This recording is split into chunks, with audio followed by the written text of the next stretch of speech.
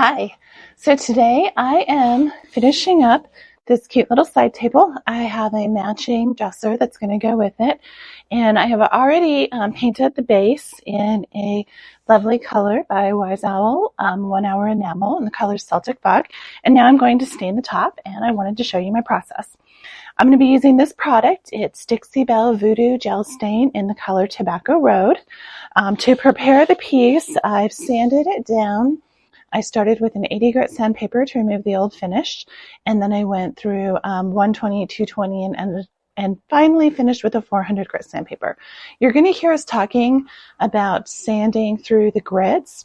The reason is the rougher sandpaper like the 80, 120, they tend to leave the grain open and lifted, where then when you come in with the 220 and the 400, it smooths down the grain, which is what gives you that buttery, soft, smooth feel, and also ensures that your gel stain will apply evenly. I have also wood conditioned this one. I used a product by Minwax. This is a water-based pre-stain conditioner, and it helps to control grain raising, reduce blotchiness, and of course, since this is water-based, I'm using water-based for that as well.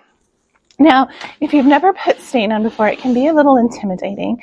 And what I tell people is find a place on your furniture that isn't going to be visible. Maybe it's underneath, or for little nightstands like this, there's usually a piece of wood on the back that you could test it with.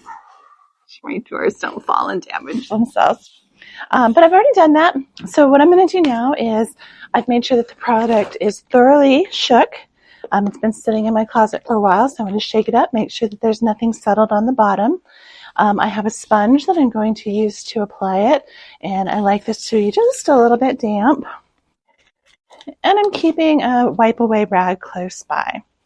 So let's do this. We're going to open it up. I'm going to apply the product on the sponge and then put it on to the furniture. We'll do this little front piece right here. We just wipe it across. It's a really lovely color.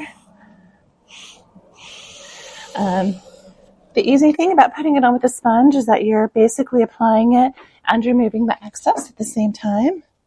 Get a little bit more on there. Try to get into that crease. It's not wanting to go in right there. There we go. And always go with the direction of the grain. So let's add a little more water to my sponge. A bit more of the product here.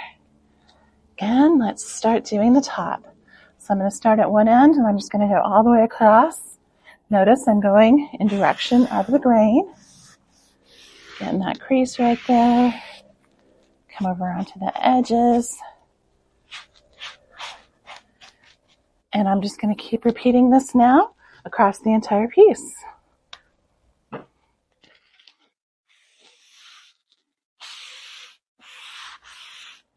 Do slight overlap with the area before it. Make sure my final swipe goes in the direction of the grain. What's great about water-based products, first of all, the cleanup is super easy since they don't have that oil. But secondly, there's no harsh chemical smell. Let's just speed this up a little bit, and I'm going to try to see what happens if I apply it directly onto the furniture. Just wipe it with the sponge. You can do a little bit bigger areas like this. Doesn't waste as much of the product getting stuck in the sponge. Make sure we get the front of that.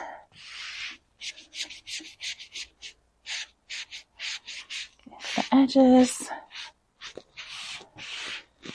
And, if you've made any errors in your sanding, if there's any swirl marks, anything like that, it'll show up now, and I'm happy to report that I'm not seeing any swirl marks in this. So that makes me happy. Put on another layer of it. A little moisture on the sponge. And just wipe it on there. You don't want to let it sit too long because I was starting to see the little marks from where I had put it on. I'm going to rub it in right away.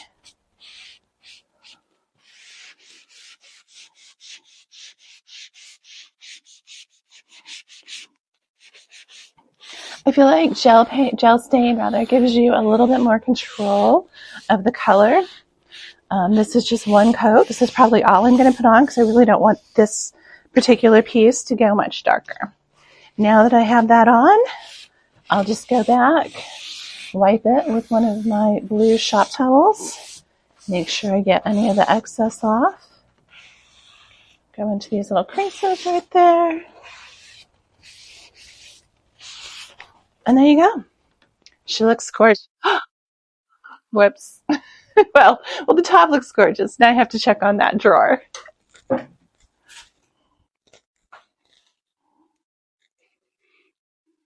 All right, no damage to the drawer.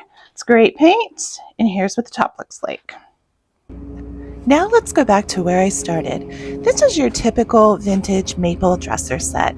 Nothing fancy, nothing rare, and it has the usual damage that you find with these pieces, but this one was in pretty good shape.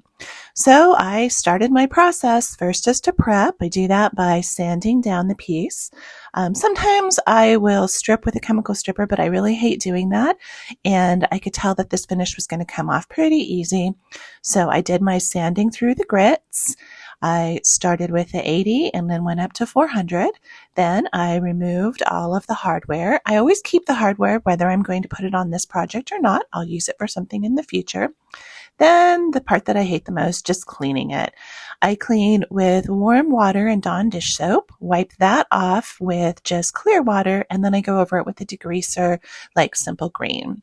Once I have that done, I do what I call scuff sanding, which is going over the piece with a sanding block. I'm using 120 grit sandpaper here. What I want to do is just remove the shine from it, give it a little bit of a rough finish so that my primer and my paint have something to stick to and they won't peel or chip.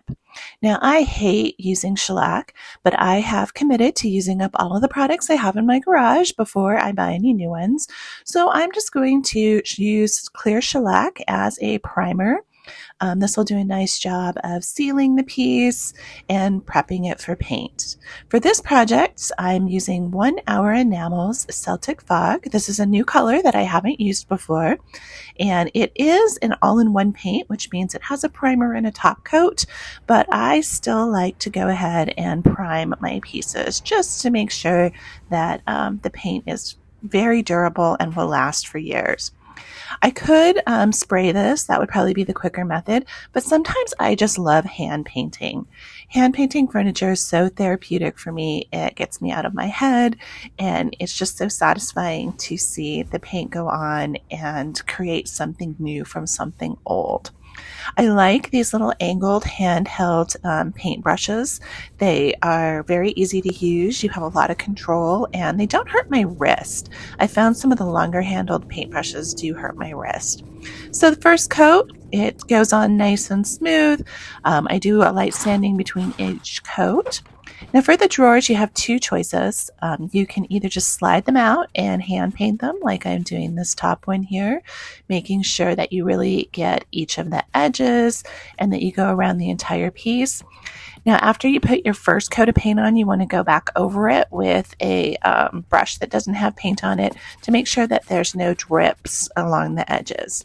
You can also take the drawers out and do them this way if it's easier for you. Remembering once again to make sure after you get your paint on that you go around the edges, you go around anywhere where the texture or the surface of the drawer changes to make sure that there's no little drips of paint that accumulated there. Looking good so far, and I love the color. All right. Now this is a little tip that I have. I turn almost every piece of furniture that I do upside down for the second coat of paint. This is very intentional.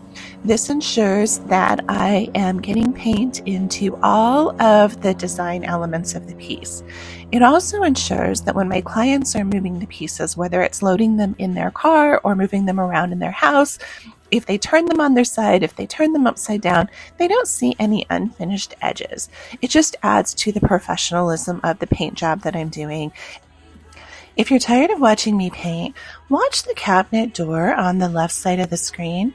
I didn't notice this when I was painting, but I noticed it when I was going through to do the voiceover, that it seems to be opening and closing on its own. Now, I really doubt that I have a ghost in my garage. I'm guessing it was just a light breeze that I wasn't aware of, but it could be the ghost of people who hate painted furniture. All right, so now the paint job is done, and this is the large dresser that goes with it. Now, this had a laminate top, so I was unable to sand it down and paint it. Sand it down and stain it, so I did a paint job on it, but it did have natural wood trim. So I sanded that, and I'm applying my stain just the same as I did at the intro of this video, using the gel stain and a sponge to carefully get it on the wooden parts. Because it's a water-based product, if I get any on the painted surface, I just keep a little rag close by that I can quickly wipe it off with. And if needed, I could add a little bit of water to that rag and it would wipe right off. I like the sponge over a brush. I think it just gives me a little bit more control, especially when doing small areas like the front of this piece. So after I put the gel stain on the trim, then I'm going to go in and I'm going to do the 4 drawer fronts that I left in natural wood as a design element. This is something I haven't done before. I was going to do kind of the dipped two-tone look, but when I couldn't sand down the laminate top, I decided just to see what it would look like with the drawer fronts in natural wood. I'm curious what you think of it, so make sure that you leave me a comment in the comment section whether or not you like it. I really do appreciate your feedback, and I take time to read and respond to all of them. All right, we're just putting on the gel stain. We're going to do that. We'll wipe it all off, and then we'll be ready for the finishing steps for this piece of furniture. I always go over my furniture projects one final time with a small paintbrush, making sure that there are no areas where I missed a little bit of paint or where it could use a second coat. So for this project, I found that the trim underneath the top needed a little bit more paint, and I went ahead and went around some of the drawer fronts as well, making sure to pay attention to the sides of the drawer. Sometimes when you're painting the fronts, it's easy to not extend the paint all the way to the edges. So that's just one extra thing. You don't want to notice those spots when you're selling it. I also like to put it in sunlight and take a look at the paint in bright sunlight, because that shows me if there's any areas where the original color of the furniture is showing through, if there's any drips or any just little minor errors in the paint that I need to go back and fix. It's looking really good, and we're getting close to being done. I'm going to now add on a wipe-on polyurethane. This is the protective top coat for the wood that's going to help prevent scratches, fading. It's going to keep the stain nice and fresh for many years to come. Wipe-on polyurethane is really easy to use. It's just like it says. You just use a clean rag or towel to wipe it on to the surface of the wood. Let it sit for about a minute and then come back with a clean dry cloth and wipe it off. I use this for smaller projects where I don't want to get out my sprayer for a top coat, or sometimes for like really rich wood projects where I want it to have kind of this beautiful hand rubbed look. It does give it a really rich, pretty look to the wood. I apply 3 coats of the wipe-on poly. I apply the coat, wipe it back, let it dry overnight, come in the next morning with 400 grit sandpaper, gently sand it, and then do the second coat, and then repeat that process. This is why it takes me about a week from start to finish with a piece of furniture like this one, where I'm doing a combo of paint and wood. And it really makes me wonder about furniture flippers who talk about, watch me flip this in 24 hours. It makes me think they're not providing the recommended dry time between each coat of product that they're using. They're probably also only doing paint, but even paint has recommended dry times. So I take my time, and I typically have several projects going on at the same time. One that's in the beginning phases, one that's in the middle phases, and one that is just curing. I also like to let my pieces sit for about a week or 2 before I sell them, just to ensure that I don't notice any places that I miss, that there's no stains that come up through the wood, and just make sure I'm delivering a quality product to my customers. I repeat the same process with the polyurethane on the small nightstand that started this video. In this video, I'm doing it in the sunlight so you can see how the polyurethane just adds that shine. And this is a warm satin polyurethane. It's not meant to be shiny. It has a satin finish, but it just gives it a nice gentle shine, and it really just brings the wood to life. Now, this isn't expensive wood, but when you use this on a piece with more expensive wood, the grain just shines through so beautifully.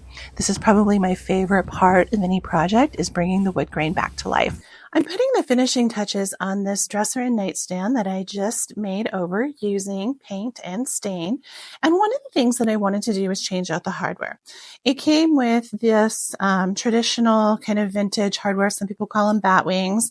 And although I like them, I don't feel that they go with the aesthetic of this piece anymore. Now, I don't like to fill and re-drill hardware holes unless I absolutely have to.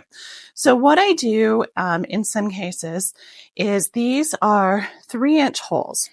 And I started looking at 3-inch hardware, but a lot of it just felt too petite or small, or just didn't have the right look to go with this set after I had painted and stained it. So what I do is I look for hardware that comes in the 3-inch size, but the design extends beyond the holes. So with this one, you can see from each of the screw holes is 3 inches, but the actual piece of hardware is almost 5 inches. So when you put it on the drawer, it gives you the size that you need to go with your new design. So that's just one tip. Don't just look at the size from hole to hole when you're shopping for new hardware, but look at the overall size of the piece and make sure that it works for the design of your furniture. Just put that last handle on, and I think this color goes great with this piece. So here is where we started with your typical, 1970s maple furniture, and here's what we ended. I think this piece will be so lovely in a teenage girl's room, in an Airbnb. It could also look really cute in a kitchen or closet. I'm Carmen with Painted and Planted by Carmen. Please subscribe and like my videos.